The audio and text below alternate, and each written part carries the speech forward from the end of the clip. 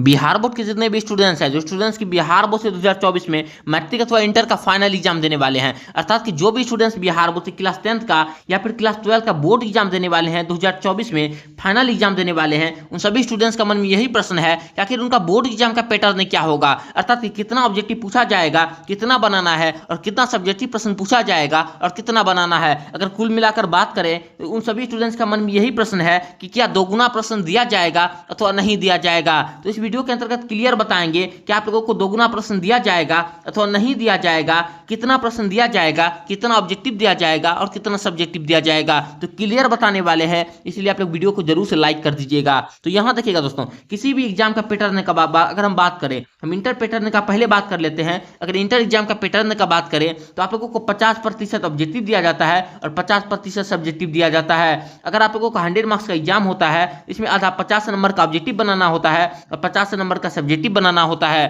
तो 50-50% आप लोगों को दिया जाता है, ऑब्जेक्टिव प्लस सब्जेक्टिव मिला के 100 मार्क्स का एग्जाम हो जाता है। और प्रैक्टिकल वाले सब्जेक्ट में आप लोगों को 70 मार्क्स का एग्जाम होता है इंटर वाले स्टूडेंट्स का। अगर अभी हम तुरंत मैट्रिक वाले स्टूडेंट्स का भी बात करेंगे, पहले हम इंटर का पैटर्न की बात कर लेते हैं। तो यहां देखिएगा, अब बात आती है कि कितना ऑब्जेक्टिव प्रश्न आप लोगों को दिया जाएगा और कितना बनाना है, क्या दोगुना दिया जाएगा अथवा नहीं दिया जाएगा। तो क्लियर देखिएगा, आप लोग यहां पे बारीकी से देखिएगा। कुल ऑब्जेक्टिव प्रैक्टिकल वाले सब्जेक्ट में अभी हम बात कर रहे हैं क्लास 12th वाले स्टूडेंट्स का, अर्थात इंटर वाले स्टूडेंट्स का पहले बात कर रहे हैं। इंटर वाले स्टूडेंट्स का कुल ऑब्जेक्टिव कितना दिया जाएगा प्रैक्टिकल वाले सब्जेक्ट में, अर्थात कि जैसे कि फिजिक्स हो गया, केमिस्ट्री हो गया, बायो हो गया, अर्थात कि फिजिक्स, केमिस्ट्री या बायो में जिसमें कि आप लोगों का 30 नंबर का प्रैक्टिकल एग्जाम दिया जाता है। जी हाँ, कितना नंबर का?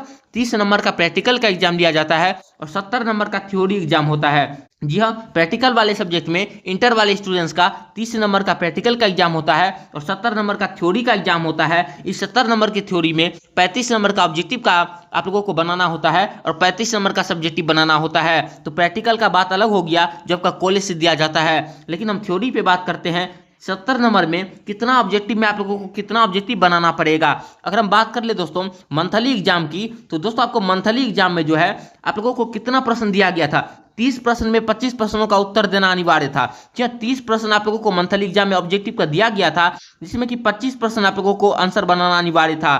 तो यहाँ पर इस मुताबिक अगर हम दोस्तों बात करें तो आप लोगों को 42 प्रश्न में 35 प्रश्न बनाने दिया जाएगा, अगर हम मंथली एग्जाम का सिलेबस पे बात करें। लेकिन बिहार बोर्ड मंथली एग्जाम का सिलेबस को फाइनल एग्जाम में रिपीट नहीं करता है।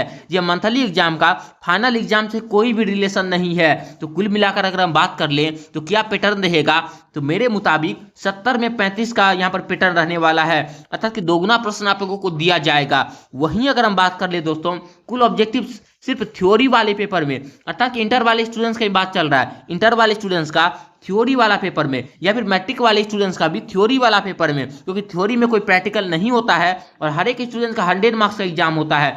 थ्योरी वाला पेपर अर्थात कि हिंदी हो गया, इंग्लिश हो गया, मैथमेटिक्स हो गया, इन तीनों सब्जेक्ट में आप लोगों का 100 मार्क्स का एग्जाम लिया जाएगा, जिसमें कि 50 ऑब्जेक्टिव बनाने होंगे और 50 नंबर का सब्जेक्टिव बनाना होगा।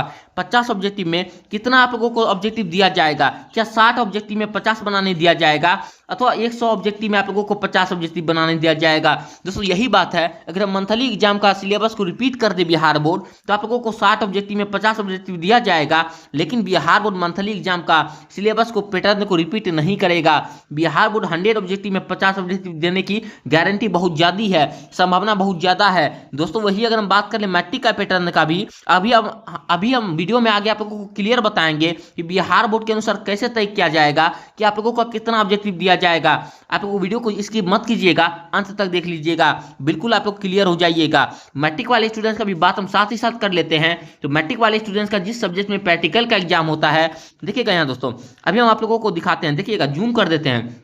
यहां देखिएगा दोस्तों, मैट्रिक वाले स्टूडेंट्स का अगर पैटर्न की बात कर लें तो प्रैक्टिकल वाले सब्जेक्ट में, अर्थात कि क्लास 10th का स्टूडेंट्स का, जी हाँ क्लास 10th का स्टूडेंट्स का जिस सब्जेक्ट में प्रैक्टिकल का एग्जाम होता है, तो प्रैक्टिकल होता है 20 नंबर का। इंटर वाले स्टूडेंट्स का प्रैक्टिकल होता था 30 नंबर का, लेकिन मैट्रिक वाले स्टूडेंट्स का प्रैक्टिकल जो होता है वो होता है 20 नंबर का। और 80 नंबर का जो होता है दोस्तों वो होता है थ्योरी का एग्जाम। मैट्रिक वाले स्टूडेंट का प्रैक्टिकल एग्जाम, अर्थात कि साइंस और सोशल साइंस पेपर में, सामाजिक विज्ञान और विज्ञान के पेपर में 20 नंबर का प्रैक्टिकल होता है, जो स्कूल के द्वारा लिया जाता है और स्कूल के द्वारा ही मार्क्स दिया जाता है।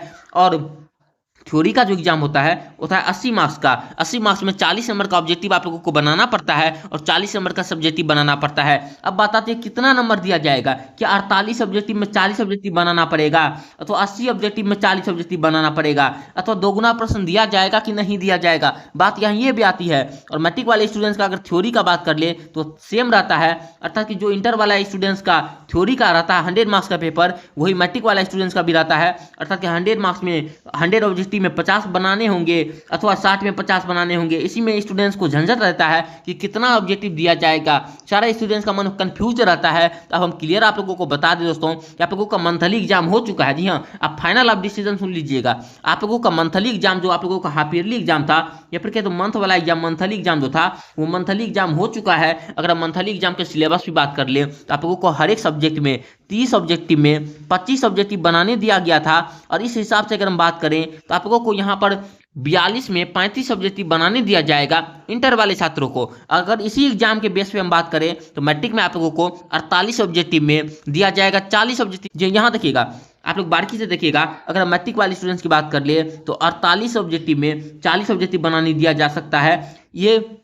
ये दोस्तों हाफ ईयरली एग्जाम के मुताबिक अगर हम बात करें तो 48 ऑब्जेक्टिव में 40 ऑब्जेक्टिव बनाने दिया जा सकता है प्रैक्टिकल वाले सब्जेक्ट में। और वहीं अगर हम बात कर लें कि हाफ ईयरली एग्जाम के मुताबिक ही आप लोगों का थ्योरी वाले पेपर में जिसमें कि प्रैक्टिकल नहीं होता है उसमें 60 ऑब्जेक्टिव में 50 ऑब्जेक्टिव बनाने दिया जा सकता है। ये बात है हाफ ईयरली एग्जाम के बेसिस पे। लेकिन दोस्तों बिहार बोर्ड के अनुसार हाफ ईयरली एग्जाम के बेस पे यहाँ पर आप लोगों का फाइनल एग्जाम नहीं लिया जाएगा। तो फिर कैसे तय होगा कि कितना मार्क्स का सब्जेक्टिव दिया जाएगा और दोगुना प्रश्न दिया जाएगा कि नहीं दिया जाएगा। दोस्तों हम कुल मिलाकर आप लोगों को बता दें, ये आप लोगों का तय करेगा सेंटअप एग्जाम। जी हाँ, जो आप लोगों का ऑपरेशन एग्जाम होने वाला है, जांच एग्जाम होने वाला है, जो कि इंटर वाले स्टूडेंट्स का होने वाला है 27 अक्टूबर से। जी हाँ, नोट कर लीजिएगा, 27 अक्टूबर से इंटर वाले स्टूडेंट्स का होने वाला है। आप लोगों का सेंटअप एग्जाम होने वाला है इंटर वाले छात्रों का। और 15 नवंबर से होने वाला है मैट्रिक वाले छात्रों का यहाँ पर सेंटअप एग्जाम, अर्थात की जांच परीक्षा। इस एग्जाम में जो पैटर्न रहेगा उसी पैटर्न के अनुसार बिहार बोर्ड के द्वारा उसी पैटर्न के अनुसार फाइनल बोर्ड एग्जाम में आप लोगों का प्रश्न दिया जाएगा। अगर आप लोगों का सेंटअप एग्जाम में आप लोगों को दोगुना प्रश्न पत्र दिया जाएगा तो आप लोगों को फाइनल बोर्ड एग्जाम में भी दोगुना प्रश्न पत्र दिया जाएगा। अगर आपका सेंटअप एग्जाम में बाय चांस अगर आपको दोगुना प्रश्न नहीं दिया जाए तो उम्मीद मानिएगा कि आपका फाइनल एग्जाम में भी दोगुना प्रश्न नहीं दिया जाएगा, क्योंकि बिहार बोर्ड जो है इस एग्जाम का भी प्रश्न सेट करता है।